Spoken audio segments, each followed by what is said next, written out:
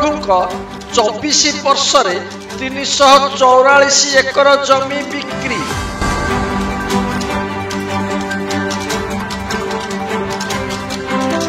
श्री जगन्नाथ महाप्रभु नाम रेकर्ड जमी मध्यरु 1999 मसीह अद्यावधि प्राय 24 वर्ष मध्य 96टी मौजर मोट 343.853 जमी बिक्री हो गलानी।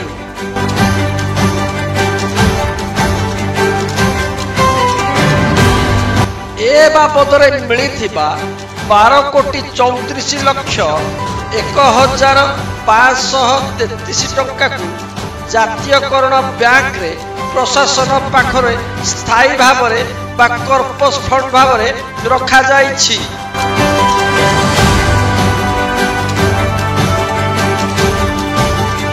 एने विधानसभा आईन मंत्री जगन्नाथ सारला उत्तर रखिबा परे महाप्रभु संपत्ति सुरक्षा नहीं पुणी चर्चा आरंभ होइछि।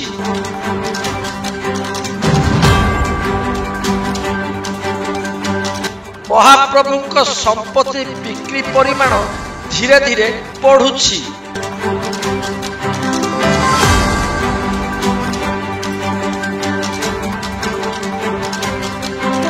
1998 मसीह सरकार निर्देशनामा अनुजाई अद्यावधि श्री जगन्नाथ केते जमी बिक्री होई अर्थ जमा होइछि बोली विधायक भास्कर मढ़ई लिखित प्रश्न रे श्री सारला यही उत्तर रखिछंती।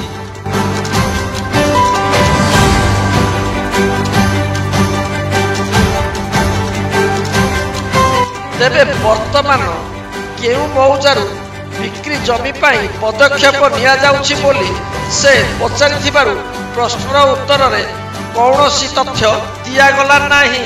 सेहीपरि खोर्धा जिला अंतर्गत जटणी अंचल महाप्रभु जमी संपर्क रे मध्य विधानसभा प्रश्न उत्तर होइछि।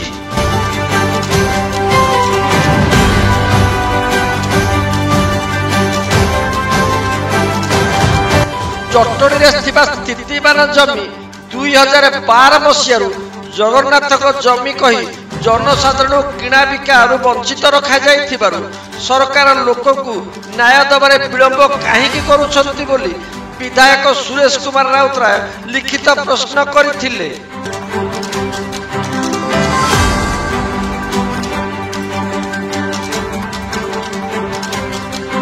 जहार लिखित उत्तर रखिछंती आईन मंत्री सारला।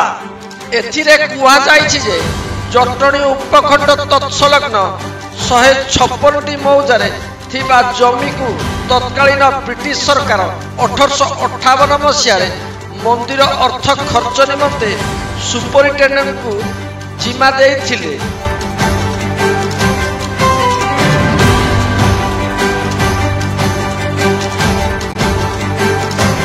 एही महाल जमी दे महाप्रभु निमंते आवश्यक हेउतिबा नगद टंका प्रदान बंद करथिले, जहा श्रीमंदिर सत्वलिपिर चतुर्थ भागर पृष्ठा 22 रे उल्लेख रहिछि।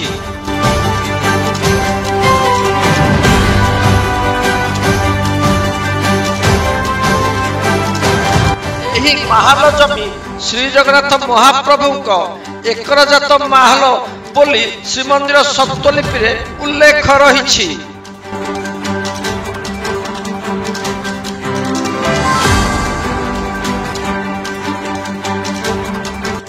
जगन्नाथ मंदिर आईन अनुसार महाप्रभु नाम रेकर्ड थिबा जमी को राज्य सरकार बिना अनुमति रे बिक्री करि पारिबे नाही।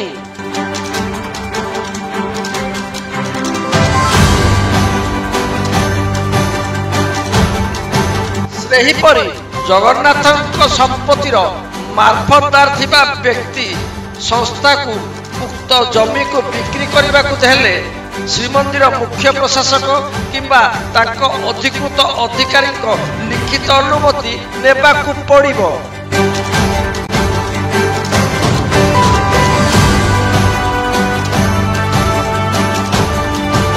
श्रीमंदिर प्रशासन 2012 ମସିହାରୁ ପୁରୀ, ଭୁବନେଶ୍ୱର, ବେଗୁନିଆ, ବୋଲଗଡ଼ ଅନ୍ତର୍ଗତ ଅତିରିକ୍ତ ଜିଲ୍ଲାପାଳ ଓ ଜିଲ୍ଲା ପ୍ରବନ୍ଧକଙ୍କୁ ଚିଠି ଲେଖି ଜଣାଇଛନ୍ତି।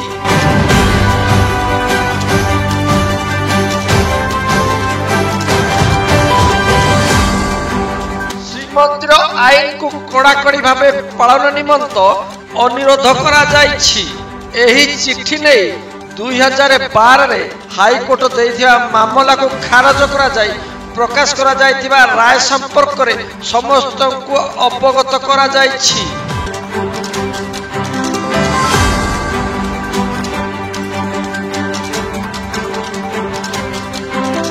ପରବର୍ତ୍ତୀ ସମୟରେ 2020ରେ ରାଜସ୍ୱ ଓ ବିପର୍ଯ୍ୟୟ ପରିଚାଳନା ବିଭାଗ ଚିଠି ଅନୁଯାୟୀ ଭୁବନେଶ୍ୱର ଠାରେ ଅତିରିକ୍ତ କମିଶନର, ଅତିରିକ୍ତ ତହସିଲଦାର କୋର୍ଟ 2 ଓ ଅତିରିକ୍ତ କମିଶନର, ଅତିରିକ୍ତ ଡିଭିଜନାଲ କୋର୍ଟ 3 ରାଜସ୍ୱ ପରିଷଦ କାର୍ଯ୍ୟାଳୟର ଆଦେଶ ମୁତାବକ ଏକରଜାତ ମହଲର ମକଦ୍ଦମା ବିଚାର ନିମନ୍ତ ପ୍ରତିଷ୍ଠା କରାଯାଇଛି।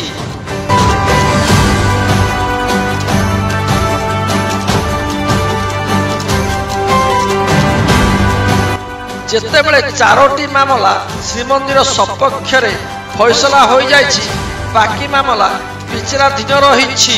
ସେପଟେ 2012ରେ ଏକରଜାତ ମହଲ ଜମି ନେଇ ପଞ୍ଚାୟତରାଜ ମନ୍ତ୍ରୀଙ୍କ ବିଭାଗ ମନ୍ତ୍ରୀଙ୍କ ଅଧ୍ୟକ୍ଷତାରେ ଏକ ଉଚ୍ଚସ୍ତରୀୟ ବୈଠକ ହୋଇଥିଲା।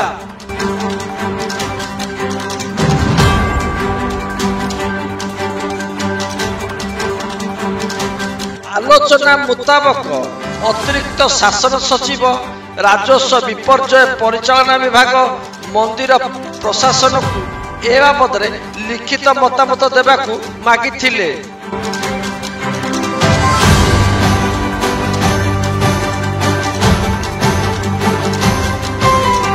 ଶ୍ରୀମନ୍ଦିର ପରିଚାଳନା କମିଟି ବୈଠକରେ ପରବର୍ତ୍ତୀ ସମୟରେ ଏନେଇ ଆଲୋଚନା କରାଯାଇ ରାଜସ୍ୱ ବିଭାଗକୁ ଅବଗତ କରାଯାଇଛି ବୋଲି ମନ୍ତ୍ରୀ ଲିଖିତ ଭାବେ ଜଣାଇଥିଲେ।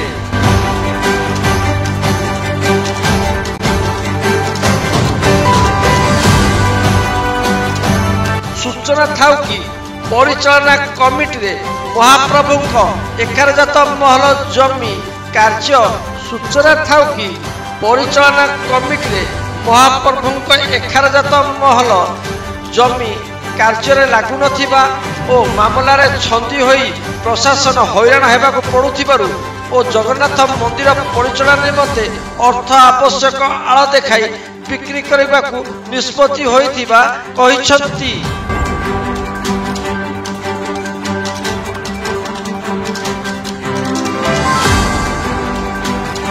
ତେବେ ମହାପ୍ରଭୁ ଜଗନ୍ନାଥଙ୍କୁ ଭୂମିହୀନ କରିବାକୁ ଷଡ଼ଯନ୍ତ୍ର କରି ଅସାଧୁ ଗୋଷ୍ଠୀ ସମ୍ପତ୍ତି ବିକ୍ରି କରୁଥିବା ଅଭିଯୋଗ ହୋଇଛି।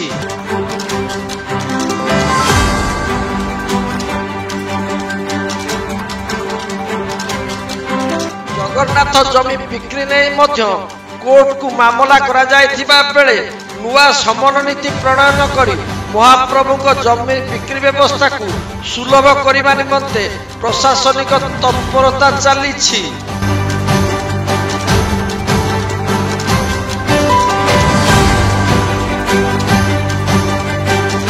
ଏବେ ମହାପ୍ରଭୁ ଜଗନ୍ନାଥଙ୍କ ନାମରେ ଓଡ଼ିଶା ବାହାରେ 6ଟି ରାଜ୍ୟରେ ପ୍ରାୟ 395.252 ଏକର ଜମି ଥିବା ପ୍ରଶାସନ ଚିହ୍ନଟ କରିଛି।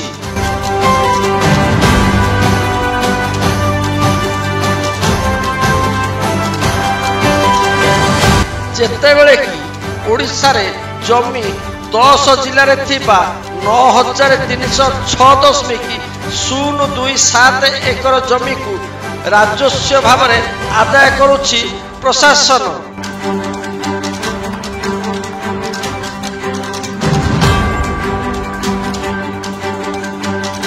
ମହାପ୍ରଭୁଙ୍କ ନାମରେ 6ଟି ଜିଲ୍ଲାରେ ପ୍ରାୟ 169.8617 ଏକର ଜମିକୁ जबरदखल थिबारु एहाको हटाइबाकु नै विभिन्न कोर्टरे 974 मामला रहिछि।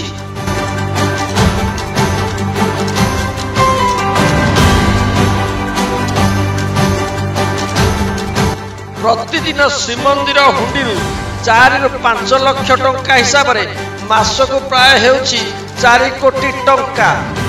वर्षकु हुंडी को 18 कोटी टंका मिलुछि।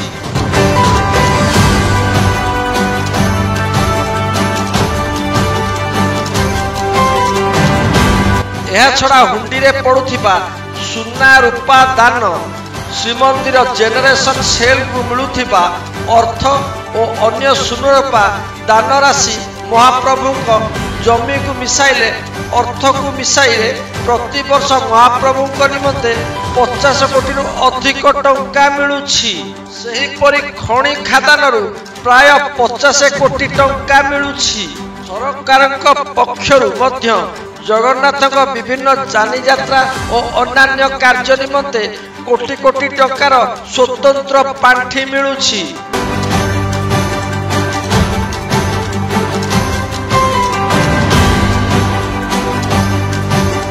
प्रशासन वार्षिक बजेट 270 कोटी रु अधिक हेलानी, जहा भितरे 260 कोटी टंकार अधिक खर्च अटकल करुछि।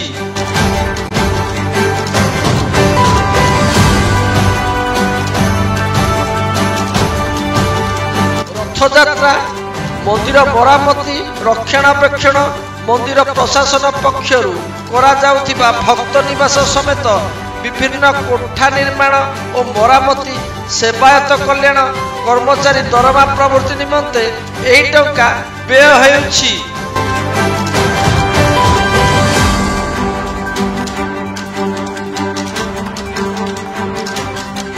तथापि महाप्रभु स्थायी संपत्ति बिक्री करने निष्पत्ति को अनेक हजम करि पारु नाहांती।